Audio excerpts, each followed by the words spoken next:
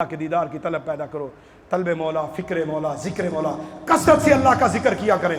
ہر وقت چلتے پھرتے اٹھتے بیٹھتے دل پہ پودا لگا کے جا رہا ہوں، الف اللہ چمبیلی بوٹی میرے من وچ مرشد لائی ہوں، بوٹی اندر مشک مچایا، جہاں پھلنتی آئی ہوں، دل مولا کو دے دو، پھر دیکھنا عظمت مصطفیٰ دل میں کیسے گھر کرتی ہے، پھر دیکھنا تمہارا دل کس طرح منور ہوتا ہے۔ پھر راتوں کو تم آنکھیں بند کرو گے تو پھر وہ آنکھیں بند ہوگی، ہمارا باپ کے اندر آنکھیں بند ہوگی لیکن دل مدینہ بن جائے گا۔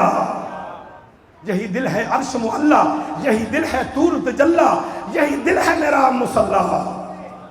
اس دل پہ اللہ کے نام کی چوٹیں لگائیں، ضربیں لگائیں، اللہ کا ذکر کریں اپنے دل کے اوپر جو ہے۔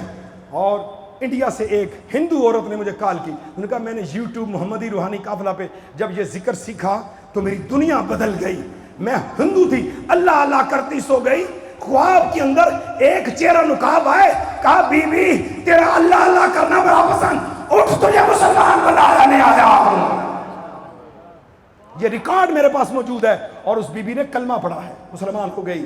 ہائی مسلمان، تیرا تو یہ ورثہ ہے، کلمہ پڑھنا، ذکر کرنا، غیر مسلم پڑھے دنیا بدل جائے اور میرا اور آپ کا دل نہ بدلے۔